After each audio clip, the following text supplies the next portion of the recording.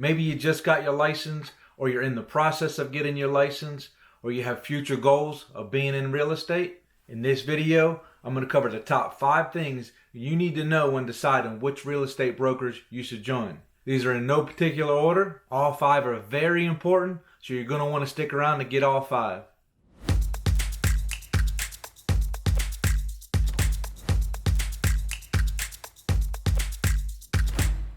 Let's start with number 1. One of the first things to consider when joining a brokerage is what type of professional development do they have? What type of training, coaching, and mentoring do they have in place so when you join them as a new agent, you'll be ready to go. You're going to need all kinds of training, from lead generation to lead conversion to how to service a client once you actually get a client, all the way through the process of how to do all the paperwork, close the deal, and finally get paid. You're going to need to know how to fill out numerous contracts, conduct home market analysis, negotiate and present offers, help your clients choose which is the best offer for them, and a wide variety of other things dealing with real estate. Companies should have training for new agents that are relevant, current, and effective in today's modern market. The training needs to be sequential and progressive, so as you're training at the same time, you can start implementing the training and grow your business. You don't want to spend the first couple of months in training and not get any deals. You should ask the brokers that you're interviewing to see their training, or be allowed to sit in to one of their classes, or be allowed access to their training if it's online. If they're not willing to let you take a peek behind the curtain, then transparency is not one of their core values, and I would consider a different brokerage. You should ask about their mentor program. This is where new agents are paired up with experienced agents that's going to help them through the process of getting their first couple of transactions. Many brokerages make it mandatory for new agents to sign up for their mentorship program. This can be for their first year in business or through their first couple of transactions. And it's very common that you will pay a small percentage of each transaction commission to your mentor. This is a great way to learn the business from experienced agents who are willing to coach and mentor you. When interviewing brokerages, you should ask to meet who's going to be your mentor. This is extremely important. This person you're going to be spending a lot of one-on-one time with your first couple of months in the business or your first couple of transactions. You want to make sure they're a good fit for you. They understand what your goals are. You understand their expectations. You understand the compensation plan. And most important, do you see yourself getting along with this person? Training, coaching, and mentoring is very important in real estate. This leads us to the number 2 thing to consider when picking a brokerage. The number 2 thing to consider when choosing a brokerage is the systems and processes.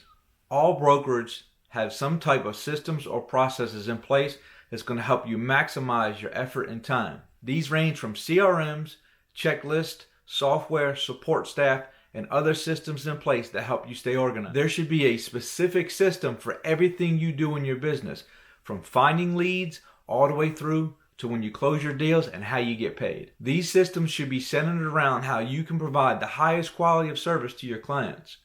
They should be easy to learn, easy to maintain, and make you more productive. When interviewing a broker, understand, a good brokerage will explain all these systems up front to you. A great brokerage will even allow you to test drive some of these.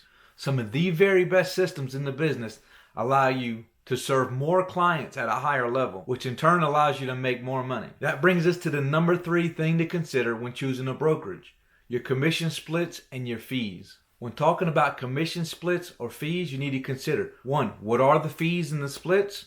And 2, what do you get for those fees and those splits? A traditional brokerage model is where the broker takes a certain percentage of each commission, such as a 60-40 split, a 70-30 split, or an 80-20 split. In an 80-20 split, all agents keep 80% of each commission, and the brokerage only keeps 20%. Some companies charge you both a brokerage split in addition to a desk fee, a royalty fee, or other fees. There are some out there that even charge you to come to some training events or charge you every time you print at the office. Most of the traditional broker split models have a cap where if you pay into a certain amount of the broker split up until a certain cap, then you begin getting 100% of your commission with some transactional fees after that. I've seen caps as high as $20,000 and as low as $16,000. Some of the broker models even allow you to earn company stock back after you paid into that cap. Now, there are brokers out there that offer 100% commission. This means they're going to collect money from you in other ways, such as transaction fees, errors and omissions fees, desk fees, and with those you'll probably get zero assistance. I would avoid these at any cost as a new agent,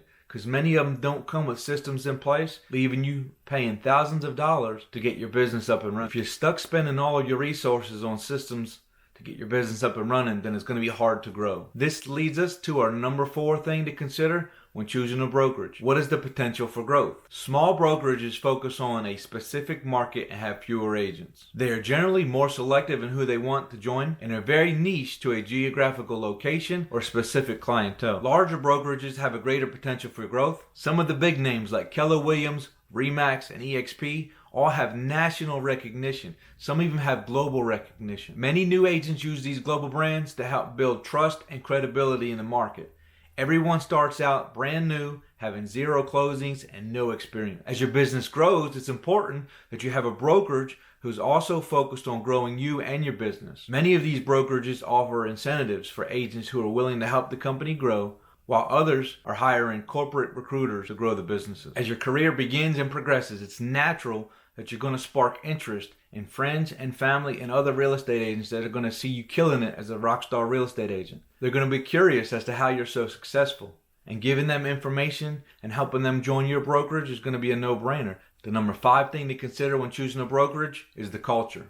As a real estate agent, most of the time you're going to be working independently, but there is times you're going to need to interact with your broker, other agents, and support staff. All the money in the world is useless if you're miserable while you're making it. A good brokerage makes a career in real estate exciting and enjoyable. Additionally, you're more likely to stick to your goals if you enjoy working with like-minded business people. The old saying, iron sharpens iron, is definitely true in real estate. I recommend you find a brokerage where the seasoned agents are willing to share their knowledge and experience with the younger agents, and the younger agents are eager to learn, more enthusiastic, more energetic. This keeps the experienced agents excited as well. In conclusion, you should be able to interview with several brokerages. Remember, you're interviewing them, they're not interviewing you. Don't be shy to ask for help from other agents. However, keep in mind, many agents have an unconscious bias to their own agency. You're not stuck with a brokerage if it doesn't work out. You have the right to choose and work with any brokerage that best fits you and your goals. I started out with Keller Williams my first year and then moved to EXP for many different reasons. I could do an entire video on why I left Keller Williams. Maybe I will. But anyway, if you got value out of this video, don't forget to like, comment, subscribe, and hit the bell notification for future videos. See you next time.